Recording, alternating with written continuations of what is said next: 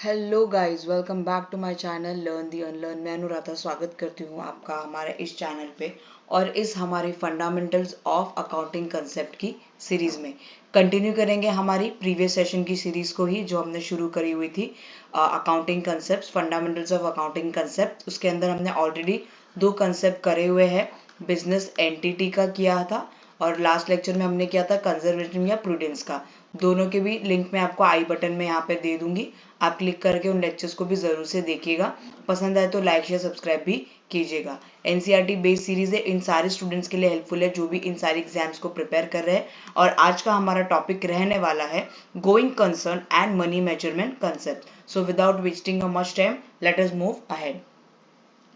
उसके पहले ये मैं आपको जरा टर्म क्लियर कर दूं। जनरली एक्सेप्टेड अकाउंटिंग प्रिंसिपल करके गैप जिसको हम लोग बोलते हैं, एक हमारा ये ऑर्गेनाइजेशन या एक ऐसा कमिटी वगैरह जैसा है जिन्होंने डिसाइड किया हुआ है कि हमें हमारे अकाउंट्स की चीज़ों को कैसे रिकॉर्ड करना है, उनकी एंट्रीज क्या रहेंगी, उनके मेथड क्या रहेंगे, उनके अजम्पशंस क्या है या उनके एक्सेप्शंस क्या है। ठीक है, तो ये सारा इस चीज के अंदर लिखा हुआ है। अब इन्होंने इन चीजों को दो चीज में डिवाइड किया हुआ है, एक अकाउंटिंग कंसेप्ट और एक अकाउंटिंग कन्वेंशंस है। कन्वेंशंस के अंदर हमने कंजर्वेटिज्म का कॉन्सेप्ट किया है जिसको हम लोग प्रूडेंस भी बोलते हैं, प्ले सेफ बोलते हैं। लिंक आपको यहाँ मिल जाएगा, आप देखिएगा। और दूसरा हमने सबसे फर्स्ट किया हुआ था सेपरेट बिजनेस एंटिटी, जहां पर मालिक और जो हमारा कैपिटल है वो दोनों भी एक दूसरे से अलग रहता है। उसी सीरीज को आगे करते हुए आज हम बढ़ेंगे मनी मेजरमेंट कंसेप्ट और गोइंग कंसर्न के कंसेप्ट की तरफ। ठीक है, डिटेल्स मैं आपको ऑनलाइन दे दूंगी, आप वहां से उसको कर लीजिएगा। आगे बढ़ते हैं।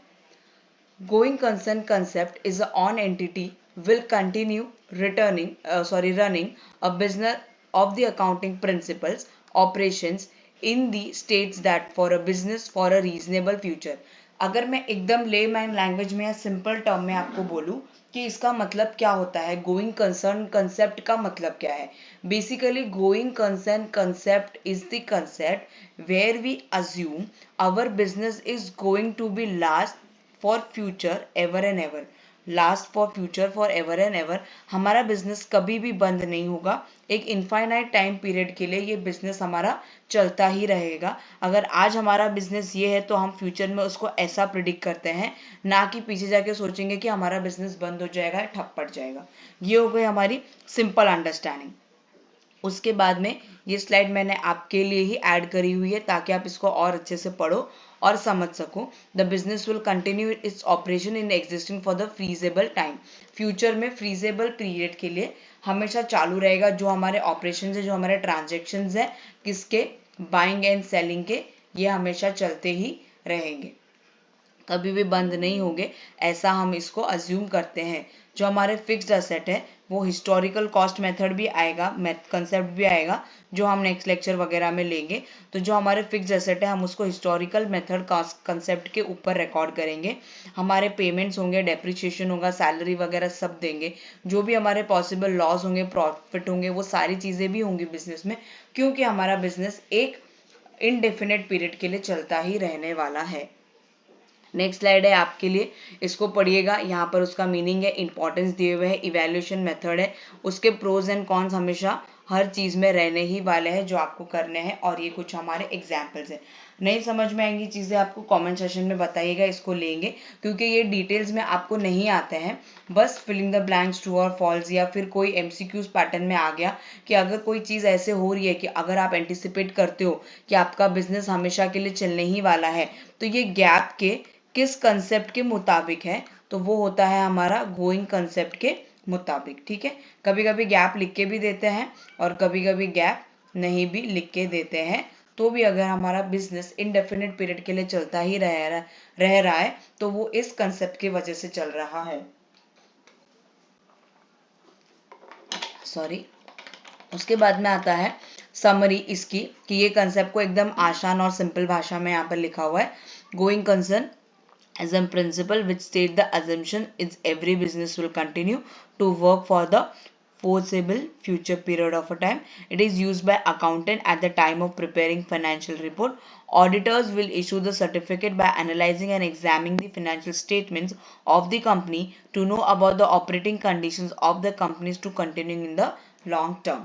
उसके बाद में हमारा सेकेंड कंसेप्ट आता है मनी मेजरमेंट कंसेप्ट. इसका अगर मैं आपको सिंपल टर्म में बताऊं कि हमारे बिजनेस में जितने भी ट्रांजैक्शन होते हैं उन सारे ट्रांजैक्शन को हमने रिकॉर्ड करना है मॉनेटरी टर्म में, मनी टर्म में. चाहे आप रुपीस में करो, डॉलर में करो, या फिर यूरो में करो, या फिर आप उसको पाउंड में करो, किसी भी चीज में आप रिकॉर्ड करो, वो रिकॉर्ड होना चाहिए आपका मनी टर्म में, पैसा के टर्म में. कोई भी ऐसी चीज अगर वो मॉनेटरी टर्म में नहीं है तो वो रिकॉर्ड होगी नहीं. फॉर एग्जाम्पल, अगर मैं बोलूँ कि मेरे बिजनेस में 5 किलो का लॉस हुआ है तो ये हो नहीं सकता है, क्योंकि हम उसको रिकॉर्ड नहीं कर सकते, क्योंकि ये 5 किलो का लॉस मॉनेटरी टर्म में नहीं है. हाँ, अगर मैं बोलूँ कि 500 रुपये का लॉस है, 1000 रुपये का लॉस है, तो this can be recorded. But अगर मैं किसी चीज को क्वालिटी में कन्फाइन कर दूं तो नहीं होगा. मुझे उसको क्वांटिटी में कन्फाइन करना है, मुझे उसको नंबर्स में कन्फाइन करना है. किस में कन्फाइन करना है? नंबर्स में. आई होप कि आपको ये बेसिक समझ में आ गया होगा. The concept of a measurement money states that only transaction recorded happening in the organization is a money term, not other than the money term. उसके बाद में इसको मैंने बोला आपको कि ये मॉनेटरी मेजरमेंट कंसेप्ट भी बोलते हैं. इकोनॉमी में आपने ये दो टर्म सुना होगा, monetary term and fiscal term, policy से रिलेटेड. तो ये वही मॉनेटरी टर्म है जहां पर आप चीजों को रिकॉर्ड करोगे, किसमें? मॉनेटरी टर्म के अंदर, नॉट इन अ क्वांटिफाइडेबल नंबर्स में रिकॉर्ड होगा नहीं.